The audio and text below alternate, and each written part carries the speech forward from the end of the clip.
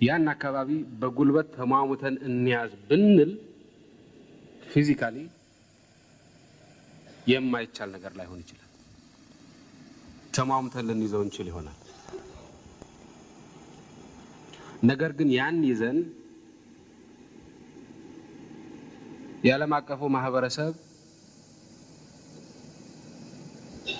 ኖርማል አባል ሆነን መኖር አንችልም። በሰዎቹ አባባል ፓራያ ስቴት ነው የምንሆነው።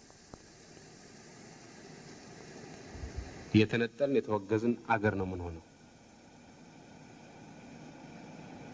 በአሁኑ ሰዓት መነገድ ይኖርብናል።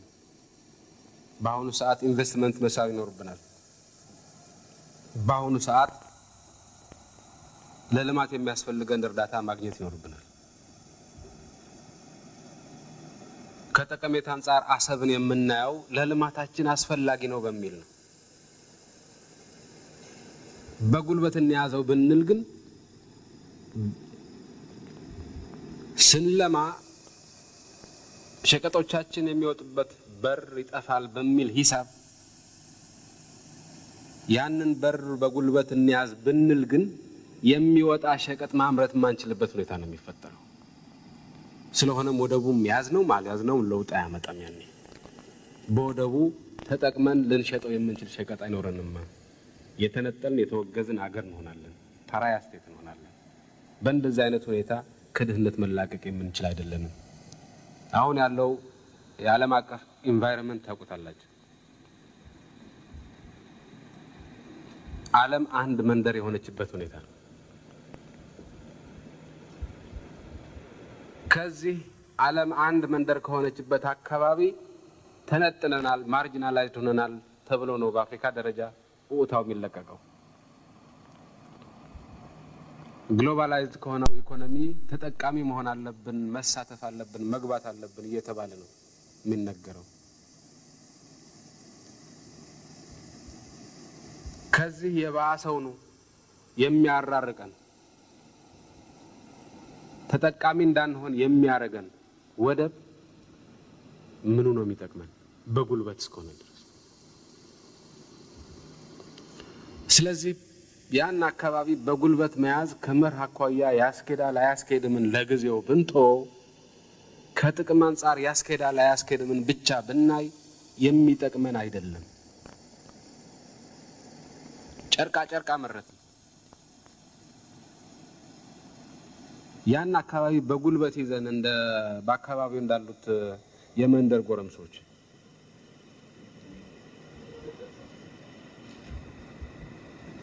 በጉልበት እንኖር ብንል እነሱ የደረሰባቸው ዕጣ ነው እኛ ላይ የሚደርሰው። አንድ ባህር ተሻግረን አንድ ትልቅ ጎረምሳ አለ። የዛሬ 10 ዓመት የአካባቢውን ሀገር ለመንጨት የፈለገ እስካሁን ድረስ በምን ሁኔታ ላይ እንዳለ ሁላችሁም ታውቃላችሁ። ያው ማአት ዘይት ያለው ሀገር በረሃብ እየተጎሳቆለ ነው።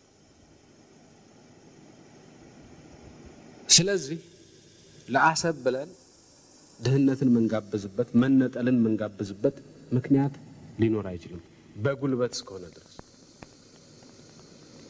ሌላው ጥያቄ የጉልበቱን ነገር እንተው። የመንደር ጎረምሶች አይደለንም። በህግ የምንገዛ ሀገር ነን። በህግ የመገዛት ባህል ያለን ሀገር ነን። ጎረምሶችን ስንቃወም የነበርን ሀገር ነን። ስለዚህ በህጉ መሰረት ብቻ ነው የምንሄደው። በህግም ቢሆን የዓለም አቀፍ ህግ ይፈቅድልናል። የባህር በር እንድናገኝ የዓለም አቀፍ ህግ ይፈቅድልናል በሚል ሂሳብ የሚወጣ ክርክርም ይኖራል። በእኔ እምነት ይሄ ተገቢ ክርክር ነው። የዓለም አቀፍ ህግ በእርግጥም ላንድ ሎክድ የሆኑ ሀገሮች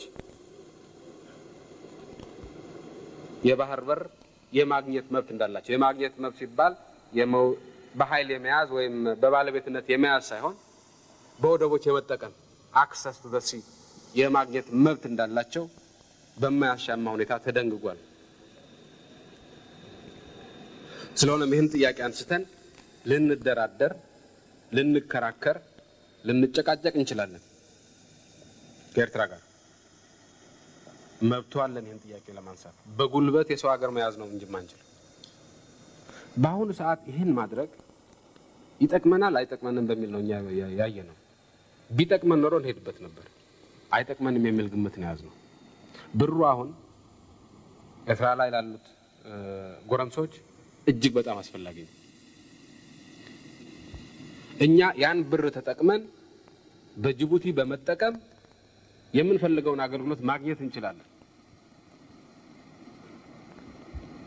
ስለዚህ ከዘለቄታው አንፃር ምንም እንኳን በአሰብ መጠቀም እኛን ምናልባትም የኤርትራን ያህል የሚጠቅመን ነገር ቢሆንም አሁን ካለንበት ተጨባጭ ሁኔታ አንፃር በአሰብ ወደ መጠቀም ከኛ ይልቅ ይበልጥ ኤርትራን መንግስት ይጠቅማል የሚል ድምዳሜ ላይ ነው የደረስነው።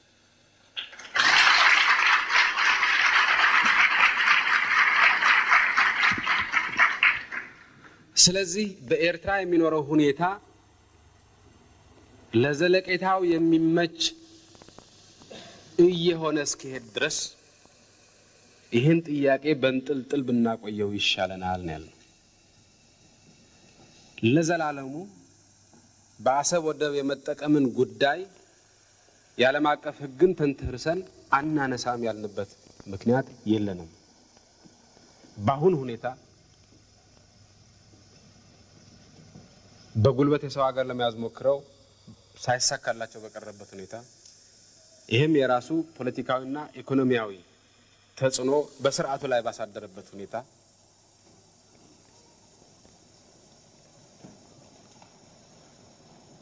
ለመተንፈስ የሚያስችለው ጊዜና አየር በሚጠይቅበት ሁኔታ ያ ስርዓት ለመተንፈስ የሚረዳው ብር በአሰብ በኩል መላክ አይጠቅመንም የሚል አቋም በመያዝ ነው ይህን ጥያቄ እስካሁን ድረስ ያላነሳ ነው። ወቅቱ ሲደርስ ጠቃሚና አስፈላጊ ነው ብለን የምናይበት ደረጃ ላይ ስንሆን እናነሳዋለን። ስለዚህ በስርዓቱ ውስጥ ወታደራዊ ኢኮኖሚያዊና ፖለቲካዊ ቀውሶች ማቆጥቆጥ በጀመሩበት በአሁኑ ሰዓት ይህንን ብር ኢንጀክት አድርገን ያንን ቀውስ የምናደርግበት ምክንያት የለንም ብለን ነው የምናየው። በዚህ ምክንያት ነው ያቆየነው። ሌላው ከህግ አንፃር የሚነሳም ሊኖር ይችላል። የህግ ባለሙያ አይደለሁም። ኮሎኒያል ትሪቲስ የሚባሉት እንዲሁ በጨረፍታ አይቻቸዋለሁ። አጼ ምኒልክና የጣሊያን መንግስት የተፈራረሟቸው 3 ናቸው። የ1900 የ1902 እና የ1908 የመጀመሪያውና ዋናው የ1900 ነው።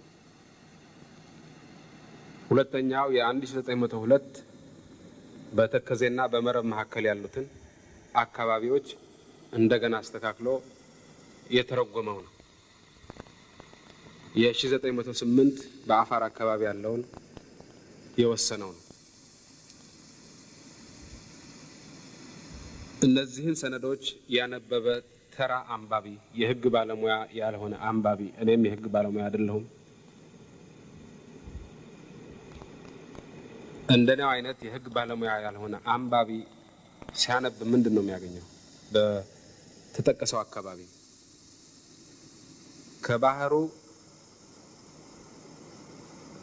ከባህር ዳሩ ወደ ውስጥ ፓራሌል የሆነ 60 ኪሎ ሜትር ስዕል ይሳላል ነው የሚለው ትሪቲው የ1908።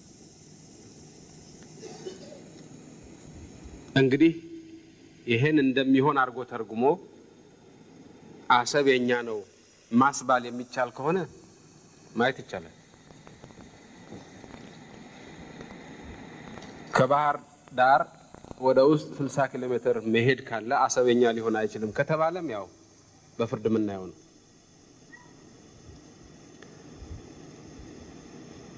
እነዚህን